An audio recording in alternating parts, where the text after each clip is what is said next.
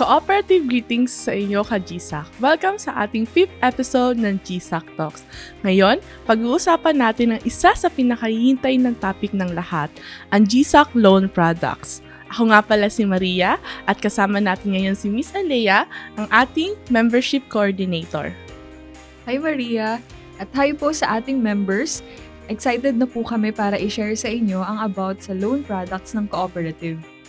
So bago natin tatalakayin ang iba't ibang uri ng loan products, pag-uusapan muna natin ang advantage nito kumpara sa ibang institusyon.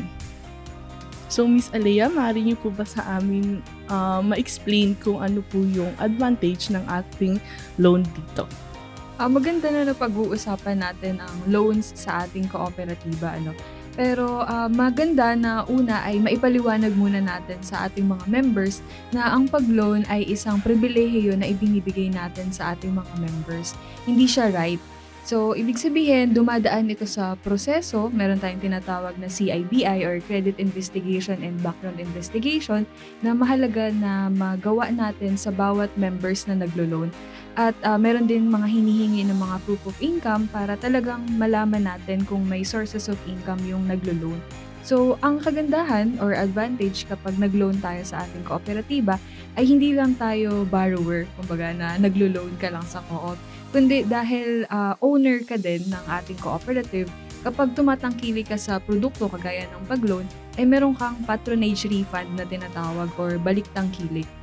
So, ito ay nare-receive ng ating mga members kapag nagbibigay tayo ng dividend at meron ding tayong tinatawag na loan retention or capital build-up na kapag naglo-loan si member ay nadadagdagan yung kanyang share capital. So, nababawasan yung makukuha niyang loan proceed pero may nadadagdag sa kanyang share capital. At ito ay nadadagdag din kapag kukuha sila or nakaka-receive sila ng interest on share capital. So, maganda na naglo-loan tayo sa co-op as borrower pero at the same time, dahil membro tayo ng kooperatiba, ay owner din tayo ng co-op. Kumbaga may ownership na tinatawag sa kooperatiba. So, thank you, Miss Alea. So, si GSAC ay may iba't ibang uri ng mga loan products. So, depende ito sa pangangailangan ng ating member. So, maaari niyo po ba sa amin ma-discuss kung ano yung mga iba't ibang uri ng loan products na ino-offer ni GSAC? Yes. So, napakarami ng loans natin sa cooperative. Simulan natin ito sa number 1 is regular loan. Yung regular loan ay madalas na ina-avail ng ating mga members, lalo na sa main branch sa Gubat. Yung regular loan natin ay parang nahati siya sa dalawa. Meron tayong express loan at non-express. Pag sinabing express loan, pwede silang makapag-loan ng equal or less than sa share capital nila at pwede nila itong makuha within the day kung kailan sila nag-file. Yung non-express naman ay maaari silang mag-avail ng loan ng mas mataas sa kanilang share capital. So ito ay kailangan mayroong CIBI na tinatawag para ma-justify na mayroong capacity to pay ang ating member. Pangalawa, meron din tayong petty cash. Ito, petty cash, 30 co-op working days at for emergency purposes, di ba? Kung minsan nangangailangan tayo ng pera, kung di natin inaasahan sa mga sa pang-araw-araw nating pamumuhay, so pwede tayong lumapit sa co-op na mag-avail ng petty cash. Meron naman tayong number 3, ang back-to-back loan. Ito naman ay para sa mga members natin na maaaring mag-loan. 90 to 100% ng kanilang savings or time deposit ay pwede nilang hiramin sa kooperatiba. At meron naman tayong mga loans na nakabase sa kung saang sektor sila, na kinabibilangan nila. Kagaya ng sa mga farmers, meron tayong tinatawag na agri-loan. Ito naman ay pwede sa rice farmer, fish pond owner, and hog raisers. So, yun yung loans naman na maaari sa kanila. Pwedeng bayaran nila ito lump sum na tinatawag. So, number 5 is yung salary loan. Meron naman tayong loans na in-offer sa mga private and government employees. Ito yung mode of payment is yung ATM. Meron naman tayong salary loan APDS or Automatic Payroll Deduction System. Meron tayong MOA with Department of Education. In-offer natin siya para sa mga DepEd teaching and non-teaching personnel. Tapos number 6, meron din tayong outreach loan para sa mga barangay officials. Meron naman tayong pension loan for pensioners. At meron din tayong para sa mga entrepreneurs, meron tayong SME loans at microfinance loan. Meron din naman tayong OFW loan, no? Magandang balita para sa mga OFWs natin na members. At sa Mart naman, sa GSAC Mart, meron tayong ino-offer ng mga loans kagaya ng appliance loan. Pwede silang mag-loan din ng mga gadgets, ganyan. Tapos meron ding commodity loan and consignment loan para sa mga sari-sari store owner.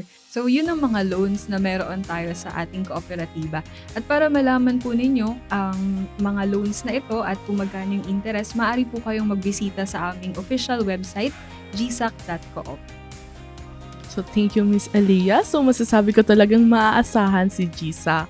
So, sa panahon ngayon, lalo na sa panahon ngayon, mapanegosyo man, edukasyon, or emergency yan, so si GSAC talaga ang takbuhan ng ating mga members. Pero ano nga ba ang nagpapaiba sa GSAC loans? Ang kagandahan sa ating mga loans, Maria, ay nakabase din ito o naaayon sa pangangailangan ng ating mga members, no? Kung ano yung need nila, kumbaga. Kaya meron tayong mga loans na nakabase sa sektor nila, kagaya sa agrikultura, meron tayong mga agricultural loan, meron tayong SME loan, ganyan. Kasi tinitignan natin yung need din ng ating mga members. At sa kasalukuyan ay patuloy tayong nagde-develop ng mga products na ito na maaaring sumagot or maging solusyon sa mga pangangailangan ng ating mga members. Pangalawa, yung interest natin sa loans ay nakikipagsabayan din sa ibang financial institution na masasabi nating talagang ang layunin ng kooperatiba natin ay makatulong din sa ating mga members. And last, of course, yung patronage refund, no? Ito yung nagkakaroon o kumbaga, ito yung kakaiba na sa ating loan products kasi pag tumatangkilik ka ng produkto ng co-op, mayroong patronage refund na tinatawag na maaaring ma-receive ng ating mga members.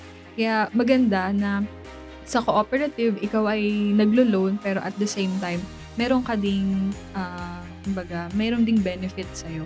At saka ang kagandahan din kapag sa cooperative tayo naglo-loan is yung mga naglo-loan ay mga miyembro lang din naman ng ating cooperative kung saan meron tayong branches. Kaya kung ano yung mga projects nila, layunin din ito na sana ay matulungan natin na ma-develop yung community na kinabibilangan din po nila.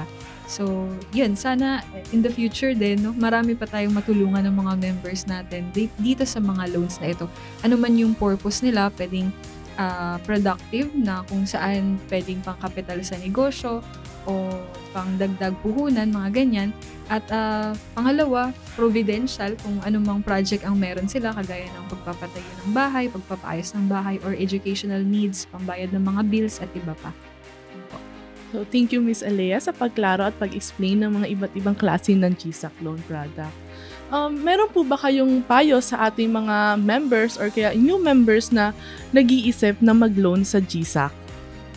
Maganda na maipaliwanag din natin sa ating mga members. Una, ano yung kailangan nilang ihanda kapag maglo-loan sila, ano yung requirements. So, unahin na natin dyan, kailangan mag-attend po sila ng Ownership Seminar 1 or yung about sa loan policies ng co-op kasi mahalaga yun na doon ipinapaliwanag sa atin ano nga ba yung mga loans na ito, ano yung policies natin at ano yung process kapag maglo-loan din tayo.